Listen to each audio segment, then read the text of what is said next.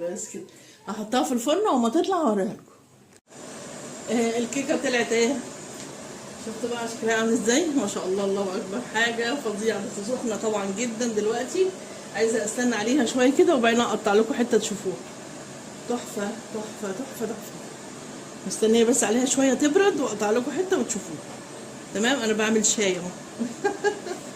لازم ما دام عملنا كيكه يبقى نعمل شاي. ماشي. كيك جنب الشاي.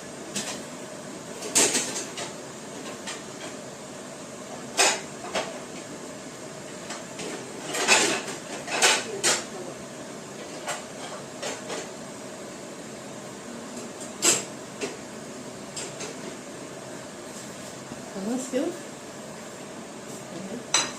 حضر الطبق، حضر الشوكه، السكينه.